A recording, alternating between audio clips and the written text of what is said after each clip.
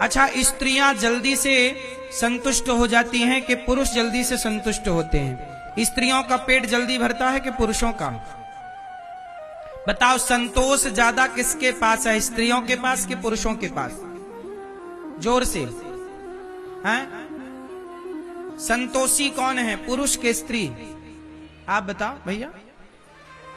पुरुष संतोषी है? संतोषी है तभी 4-4 ब्याह करता है।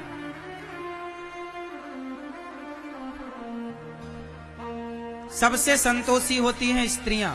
इतिहास साक्षी है कि पुरुषों ने 4 ब्याह 10 ब्याह भी करे हैं, पर स्त्रियां सदा पतिव्रता, एक पति की पत्नी बनकर जिंदगी गुजारी है। स्त्रियों को जरूरत ही नहीं पड़ती दूसरे पुरुष की।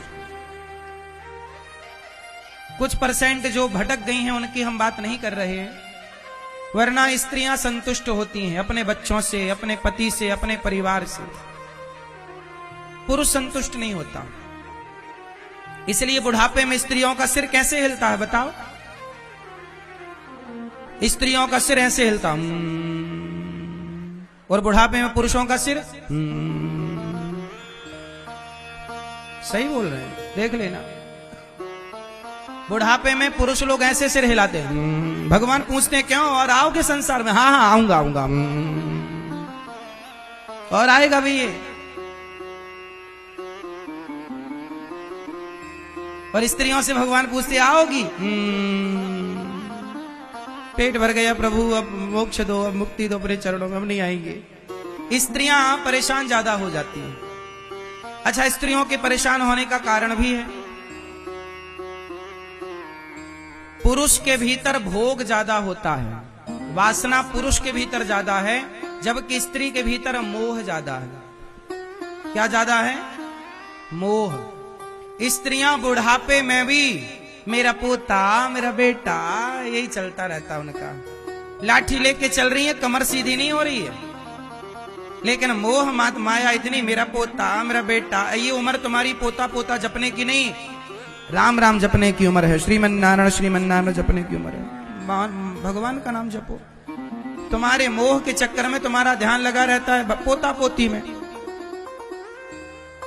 आग लगे थारी पोथी में, ध्यान धरो मारो रोटी में, वही हाल है। कितना भी समझाओ और तुम्हारा ध्यान कहां जाता है? महाराज जी बेटा सुनता नहीं, बेटी सुनती नहीं। ये माताएं दिन भर बेटियों से बात करती हैं, कुछ माताएं पूरा ध्यान बेटी में रखा।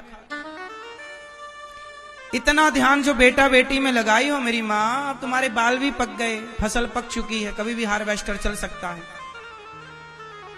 अब तो भगवान का मन, भगवान में मन लगाओ। अच्छा ये बताओ, सुबह दीपक जलाना बहुत जरूरी है कि शाम को दीपक जलाना बहुत जरूरी है? दीपक कब जलाना बहुत जरूरी होता है? सुबह ना जले तो चलेगा, दोपहर को ना जले तो चलेगा, और शाम को तो सुबह दोपहर शाम। बोलो सुबह, बोलो सुबह दोपहर शाम। उसी तरह अवस्थाएं 3, लड़कपन, जवानी और बोलो लड़कपन।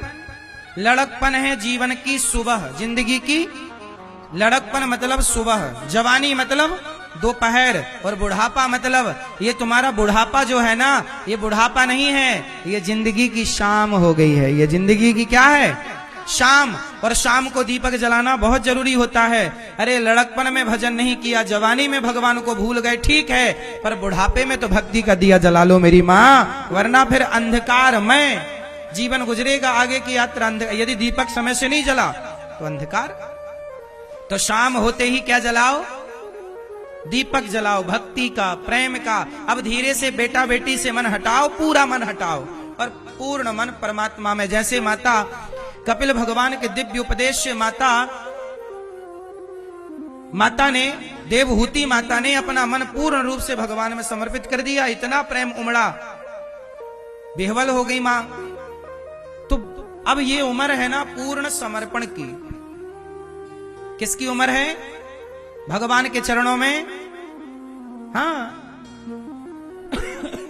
कुंभ का मेला है बढ़िया, 1 महीना आओ, मस्त यहां रहो, खाओ पियो, संतों की कथाएं सुनो, संतों की सेवा करो, कीर्तन करो, गंगा स्नान करो बुढ़ापे में।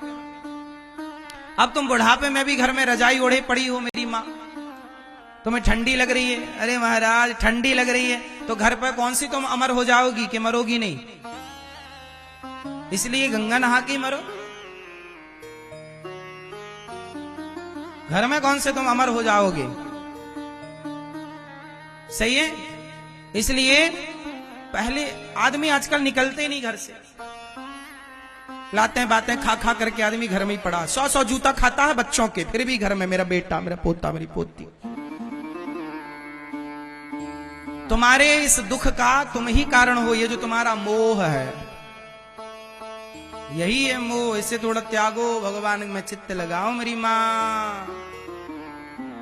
अगले जन्म में क्या बनोगी? पुरुष का चिंतन करोगी, मेरे पति का क्या होगा, पति का, तो अगले जन्म में आदमी बन जाओगी। ये जितने पुरुष बैठे हैं ना पिछले जन्म में सब स्त्री थे अधिकांश। ये जब मरे तो स्त्री का, पुरुष जब मरता है ना स्त्री का चिंतन करता है। तो आप जितनी स्त्रियां हैं ना पिछले जन्म में आप पुरुष थी। स्त्री का मेरी पत्नी पत्नी पत्नी करके मर गई, खुद पत्नी बन के बैठ गई। और पुरुष पत्नी पत्नी करता मरता है। पुरुष पुरुष पत्नियां मरती हैं तो पुरुष पुरुष करती मरती, मेरे आदमी का क्या होगा, खुद आदमी बने बैठे हैं। यही चलता है क्रम, जन्म पुनरपि जननम पुनरपि मरणम पुनरपि जननी जठरे सनम, यही चलता जन्म मृत्यु जन्म मृत्यु। इस जन्म मृत्यु से ही बचना है तो क्या करना पड़ेगा? भगवान के चरणों में समर्पण करना पड़ेगा। जब समर्पण होगा तो जन्म मृत्यु से बचेंगे। कबीर जी यही तो कहते हैं, कबीरा चलती चक्की देख कर दिया कबीरा रोए, दो पाटन के बीच में साबुत बचाना। सब मर रहे हैं जन्म मृत्यु के चक्र में, लेकिन कबीर जी का बेटा कमाल बोला, पिताजी मत रोइए, चलती चक्की चलने दे, पिस पिस आटा होए, और कीले माही जो रहे सो बाल न बांका होए। जो एक भगवान के आश्रित हो जाता है, जन्म मृत्यु का पहिया उसका कुछ नहीं बिगाड़ सकता। जो ईश्वर के आश्रित है उसका कौन बिगाड़ेगा? इसलिए मेरी माँ कल्याण करो।